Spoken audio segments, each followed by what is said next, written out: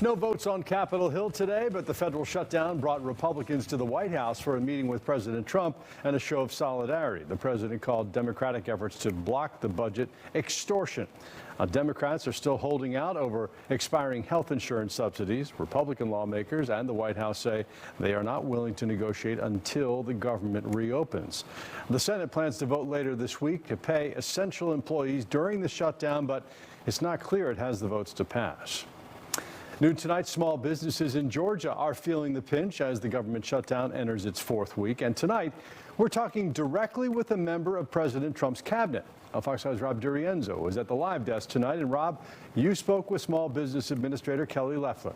Yeah, Kelly Loeffler came to Fox 5 to talk with me one-on-one about the government shutdown. Like her boss, President Donald Trump, she pins the blame on Senate Democrats. But both sides seem to agree this is hurting the little guy the most.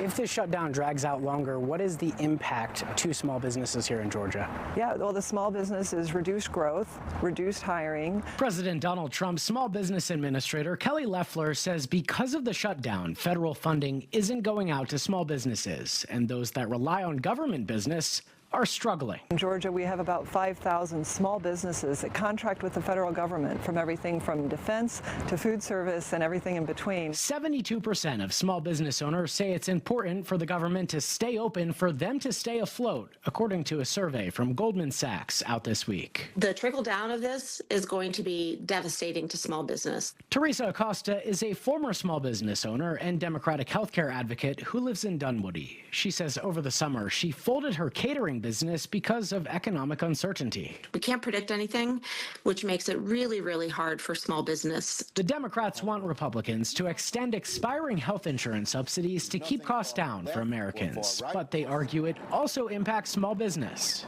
It is going to impact small businesses that rely on the ACA, that rely on those tax credits to ensure, the owners, the people that work there. Senate Democrats have to realize this isn't playing well for the American people. And the Democrats, though, they claim that they're saving people from losing their health care. Well, that's a false claim. So look what's happening right now. People are actually losing their jobs and therefore losing their health care. People are not getting paid. And Russ, economists at Oxford estimate for every week this shutdown drags on, the economy will lose between $7 and $15 billion in growth. At the live desk, Rob DiRienzo, Fox 5 News. Some serious potential consequences there, Rob. Thanks. A warning tonight from the TSA. They say the longer the shutdown goes on, the worse staffing shortages will be. They already caused long lines last weekend here in Atlanta. TSA workers and air traffic controllers are essential employees, of course, so they must keep working without pay. And they'll get back pay after the shutdown ends, but in the meantime, their bills are not getting paid.